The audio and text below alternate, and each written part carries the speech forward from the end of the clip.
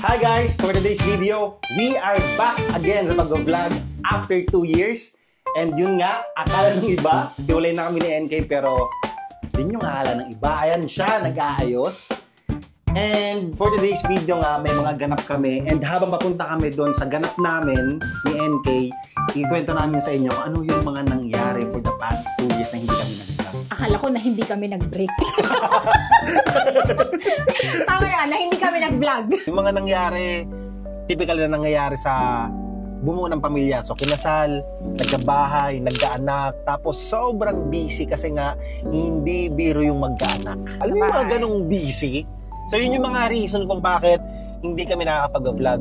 Ang tanong, bakit hindi namin bina-vlog yung daily lifestyle namin? Kasi sa mga nakakaalam dyan at sa mga followers natin, alam nyo naman na hindi talaga ganun yung content natin. Diba? Yung content natin is reaction video, nagpapatawa. Syempre, pag may baby ka, may newborn ka, alam mo yung gusto mo siyang i-savor yung moment.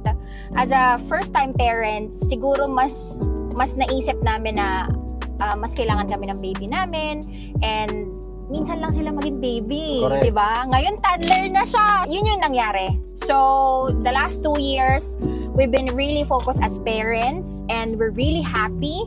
And now we're back. Before kasi kami mag-build ng sarili naming family, sobrang tagal na kasi namin ni Peter. And we've planned na ito yung mangyayari, ito yung mangyayari. Correct. So, kumbaga, nagkataon lang na we didn't plan na sa ganitong year, dun siya, before kami kinasal, dun siya sisikat? Tama ba yun? Hindi naman sisikat. Hindi naman sisikat. Pero dun biglang nag-viral yung mga videos niya, videos namin, which is also the year na dun din namin pinaplano na magka-family na. Correct. Yeah. So, of course, yung priority namin is yung vlog first, but at the same time, naisip namin na, alam mo, hindi na tayo bumabata. And so that's what happened. In the last 2 years, talagang focus lang kami sa self-improvement as parents. Sa mga may babies dyan, mga toddlers dyan, alam ko, magigets nyo to na pag may baby kayo, pag may toddlers kayo, all you can think about is how to nurture that child. Of course, importante kayong mga followers.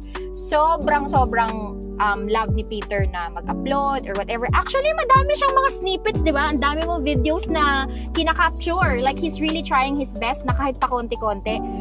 Pero lahat yun ginagawa niya lang, pinapost niya sa stories. Pinupush ko nga siya lagi na sabi ko, alam mo, mag-upload ka na kasi ang dami nang nagbe-message sa akin, mga close friends natin, mga followers. Tsaka, syempre, nahihiya din kami kasi it's a commitment, diba? Kaya nga siya nagbo-vlog para, you know, to give inspiration, para magbigay ng happiness sa inyo, ng mga followers. But, sobrang busy niya eh. Sobrang busy niya sa work. And that's why makikita nyo, lagi lang siya nag-story. But finally, eto na! It's time! It's time!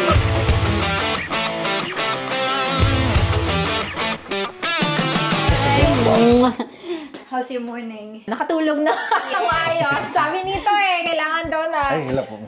Nakatulog. He's vlogging. He's vlogging. Finally! Andito kami ngayon sa Timeless Aesthetics para maging fresh ulit after 2 years as a parents.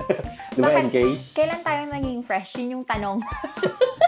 Pero ayan, thank you very much Timeless Aesthetics kasi palaging Indian yan para gawin tayong pogi and maganda. Yes, para maging fresh kahit parents, kahit laging walang tulog. So, thank you po, Miss Joyce of Timeless Aesthetics for making us pretty. Pretty.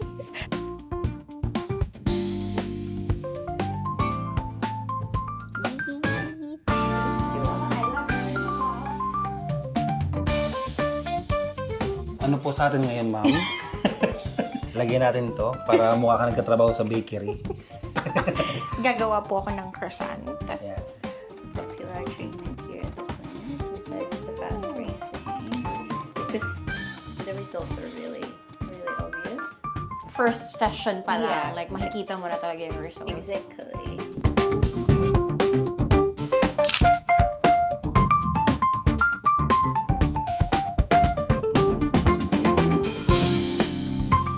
So ayan, nagka-diamond pill tayo ngayon kasi sabi nga ni Miss Joyce kanina, marami na tayong dead skin. And syempre, tumatanda na rin tayo and kailangan natin i-look after yung sarili natin. Ayan, nakauwi na tayo ng bahay.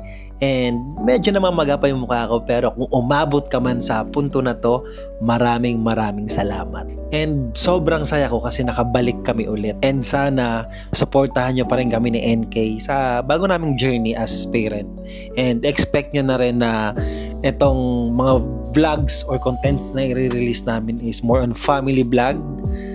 And yun, long form video. Kaya ayan, thanks for watching guys.